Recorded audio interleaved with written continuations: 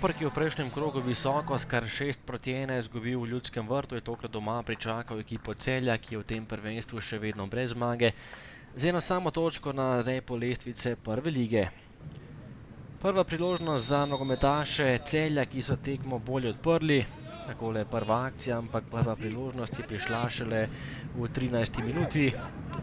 Gost je tokrat v rumenih dresih.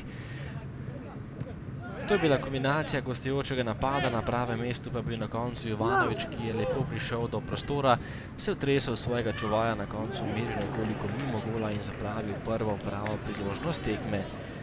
Že naslednja akcija spet za Celje, spet pa je bila na delu gostujoča ekipa, obetavna pozicija za Bajdeta, ki je pregraval, na koncu pa meril točno v naročje vratarja Neneziča. Do konca prvega polčasa nekoliko podjetnejša igra Koprčanov, ampak prave priložnosti vendarle ni bilo do samega zaključka. Najprej obetavna akcija, ki bi se lahko končala drugače, a to je bil prepovedan položaj Kopra, nekaj negodovanja, na koncu vendarle pravilna sodniška odločitev. Potem pa še ena akcija Kopra, Krajcar je takole podrl Galešiča v kazenskem prostoru, na koncu pa je bil to prekršek za 11-metrovko.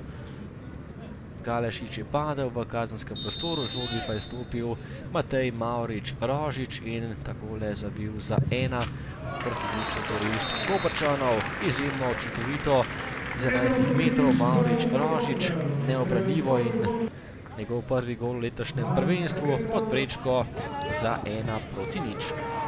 V drugem delu najprej priložnost za Koper, daleč je meril Ivica Kuberac, na pravem mestu gostujoči vratar Kotnik je žogo uspel izbiti, potem pa